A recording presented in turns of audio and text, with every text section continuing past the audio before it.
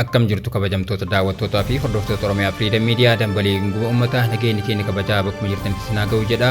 Muddee 8/2025 oduu guyyaa irraatiif qindeeffanii kan isin biraan geenyu ta'aatii jalqaba irratti hangafoota oduu. Hojjettoonni warshaalee huccuu mindaa gadi aanaa malees sarbama mirga isaan mudatuun saaxilamoodha jedhame. Gootni bobaa uumama wallootti argame qisaasamaa turuun himame. Pireezidaantii Zelenskii waliigaltee nageenya Ameerikaan deeggaramu mallatteessuuf qophaa'aa miti jedhame. Israa'eel fi ammas dhukaasa dhaabuu marsaa lammaffaa Ameerikaan deeggaramu yeroo dhiyootti jalqabuufi. Taayilaand biyya ollaa Kaamboodiyaa irratti haleellaa xiyyaaraa bante. Mootummaan Beeniin loltoota fonqolcha mootummaa gaggeessuuf turan to'achuu ibse. OFM dambalii gunguma uummataa irraa oduu isinitti himuun kan isin waliin turan gadaa walaabuutii amma oduu bal'inaan. Hojjettoonni warshaalee huccuu mindaa gadi aanaa malees sarbama mirga isaan mudatuun saaxilamoodha jedhame. Dubartoonni industirii keessatti qacaramanii hojjetan harki caalaan isaanii jeequmsa korniyaa irratti hundaa'eef akka saaxilaman himameera. Dabalataa akka ta'an isiniif dhiyeessina. Dubartoonni industirii keessatti qacaramanii hojjetan harki caalaan isaanii jeequmsa korniyaa irratti hundaa'eef akka saaxilaman himame. Hojjettoonni warshaalee huccuu fi uffataa keessa hojjetan mindaa gadi aanaa malees dhiittaa mirgaatiif saaxilamaniiru. Kunis kan ifa ta'e qorannoo Inistituutii Inforomii Qo'annoo Hawaasummaa dhimmicha irratti gaggeesse irratti qooda fudhattoota waliin marii gaggeesseen ture. Dubartoonni industiriiwwan keessatti qacaramanii hojjetan harki caalaan isaanii jeequmsa korniyaa irratti hundaa'eef saaxilamu. Kana malees hojjettoonni reebamanii jiru jedha gabaasni qorannoof dhiyaate kuni. Konfedereeshinii waldaalee hojjettoota Itoophiyaa bakka bu'uun kan hirmaatan obbo Zarihuun Gazzaany hojiirra oolmaa seerota biyyattii keessa jiran irratti qaawwi jiraachuu ibsaniiru. Gama kaaniin obbo Zarihuun mootummaan damee kanaaf xiyyeeffannoo gahaa kennuu dhabuus qeeqaniiru. Qorataan adda duree qorannichaa obbo Asaffaa Admaas akka jedhanitti namoonni damee kana irratti qacaramanii barachuu barbaadan badaa jiru jedhaniiru. Marii dhimmicha irratti tibbana gaggeeffame mindaa xiqqaa hojjettoota warshaalee huccuu fi uffata keessatti kaffalamuun alatti sababni sarbama mirgaatiif saaxilamaniif seera kabachiisuu dhabuu fi warshaalee keessatti hordoffiin taasifamuu dhabuudha jedhameera. Itoophiyaatti hoogganaan jaarmiyaa fi hariiroo indaastirii Federeeshinii Indaastirii Huccuu Gogaa fi Uffataa obbo Imaam Huseen Finfinnee qofa keessatti jaarmiyaa meeqa akka ta'e waan hin beekamneef mirgaaf dantaa hojjettootaa eegsisuu rakkisaa ta'uu himuu isaanii gabaasni kun ni mul'isa. Kuusni boba'aa uumamaa wallootti argame qisaasamaa turuun himame. Walloo kibbaa aanaa laga hidhaatti kuusni boba'aa waggoota hedduuf osoo hin fayyadamin jiru lafarra yaa'aa ture argamuun ifoome. Guutuu isaa akka ta'an isiniif dhiyeessina. Walloo kibbaa aanaa laga hidhaatti kuusni boba'aa waggoota hedduuf osoo hin fayyadamin jiru lafarra yaa'aa ture argamuun ifoome. Akka kutaa misooma qabeenya albuudaa godina Walloo kibbaa beeksisetti kuusaan boba'aa sababa uumamaatiin lafa keessaa bahuu eegale naannoo Amaaraa godina Walloo kibbaa aanaa laga hidhaatti waggoota 7 oliif achi ture garuu hanga ayoonaatti kan ittiin fayyadamin ta'uu ibsameera. Boba'aan qisaasamaa jiru kun bishaan naannawa san jiru faala akka jirus gabaafame.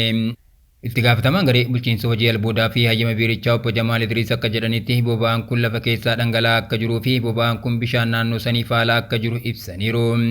Boba'aan bahee lafarratti mul'ataa jiru zayitiin karaa lafaa caccabee gadi lakkafame bishaan naannoo san jiruuf faalamaa jiraachuu obbo Jamaal Idriis himuudhaan ministeera albuudaa federaalaa dandeettii kuufama boba'aa kanaa qoratee itti fayyadamuuf akka dhiyaatu irra deddeebiin gaafachuu isaanii ibsaniiru.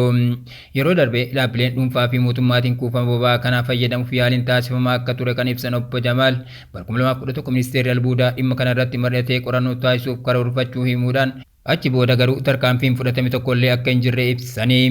Kana malees qabeenya kana fayyadamuuf kan hayyamameef ministeera albuudaa qofa waan ta'eef gaheen godinii fi aanaan qaamota dhimmi ilaallatu irratti dhiibbaa gochuun xiyyeeffannoo kennuun qorannoo taasisuu qofa akka ta'es hubachiisanii.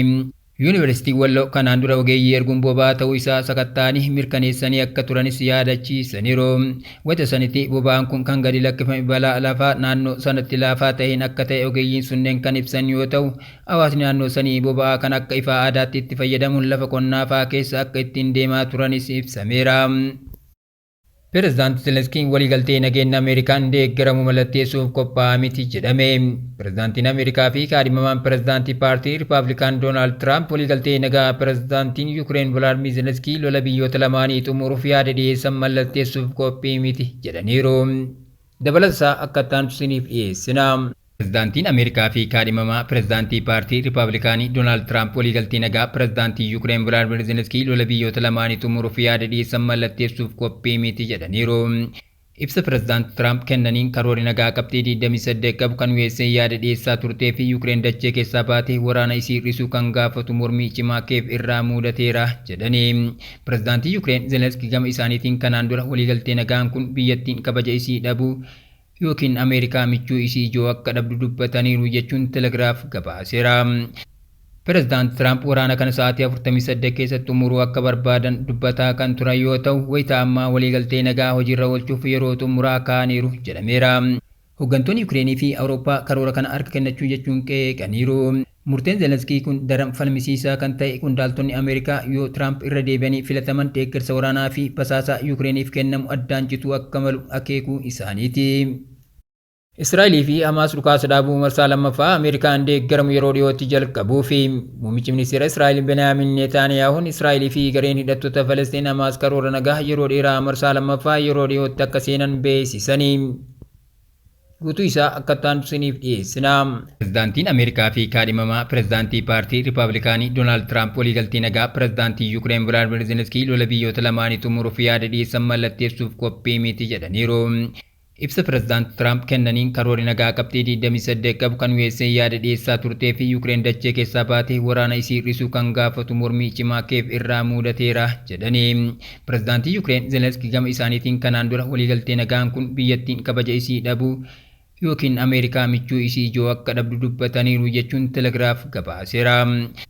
Pireezidaanti Tiraamp waraana kana sa'aatii 48 keessatti xumuruu akka barbaadan dubbataa kan turan yoo ta'u, wayita ammaa waliigaltee nagaa hojiirra oolchuuf yeroo xumuraa kaa'aniiru jedhameera.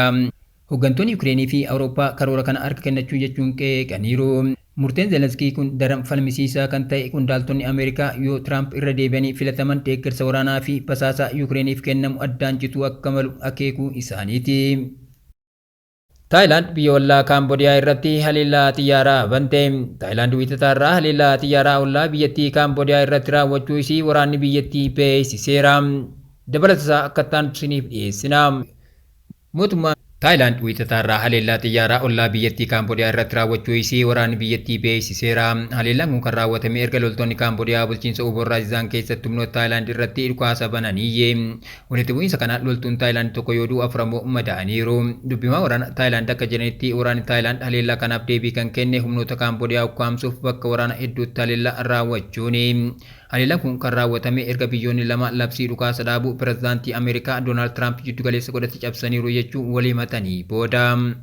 Gama biraatiin ammoo dubbimaa ministeera ittisaa Kaamboodiyaa akka jedhanitti humnoonni Taayilaand loltoota Kaamboodiyaa bulchiinsa daangaa Peerhiveerii fi Odaar Maayinch keessatti haleellaa raawwachuu isaanii ibsaniiru. Waldhibdeen uumame kun buqqa'insaaf sababa ta'eera. Akka ibsa naannoo waraana lammaffaa Taayilaand irraa ba'etti namoonni naannoo daangaa jiraatan gara 35,000 ta'an qe'ee isaaniirraa buqqa'aniiru.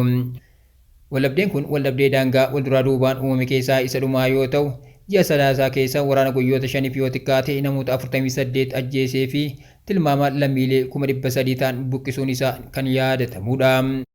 Beeniin loltoota fonqolcha mootummaa gaggeessuuf turan to'achuu ibse. Loltoonni biyyattii pireezidaantii Beeniin Paatiriis Taaloon taayitarraa fonqolchina irra jechuun televezyiinii biyyattiin labsuun booda mootummaan Beeniin yaala fonqolcha kana hambisuu ibse. Guutuu isaa akka taantusiniif dhiyeessina. Loltoonni biyyattii pireezidaantii Beeniin Paatiriis Taaloon taayitarraa fonqolchina irra jechuun televezyiinii biyyattiin labsuun booda mootummaan Beeniin yaala fonqolcha kana hambisuu ibse.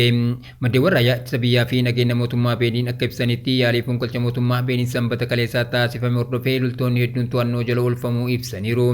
Pireezidaant Taaloon ebla dhufu kana taayitaa biyyattii dabarsanii kennuuf wayita qophaa'aa jiranitti yaaliin fonqolcha mootummaa kun gaggeeffame. Turtii waggaa 10 Beeniin gaggeessan keessatti dinagdeen biyyattii fooyya'us garuu rakkoon nageenyaa kan hammaatee ture jedhameera.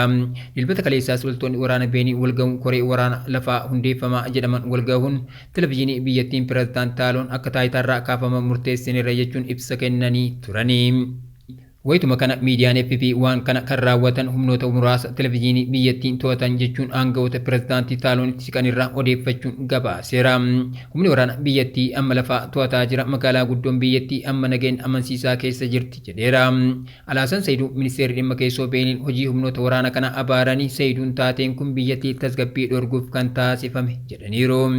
Dabalataanis kan hordofuun humni waraana Beeniinii fi gaggeessitoonni biyyattii haala jiru to'annoo jala oolchuun yaala fonqolcha mootummaa kana fashaleessaniiru. Kabajamtoota daawwattoota keenya tamsaasa keenya akka namoota hedduu bira gahuuf peejii keenya follow share gochuun akkasuma YouTube chaanaalii keenya subscribe godhuu hin dagatinaa. Oduun guyyaa kanaaf qaban kanneen turanii waan nu daawwattaniif galatoomaa.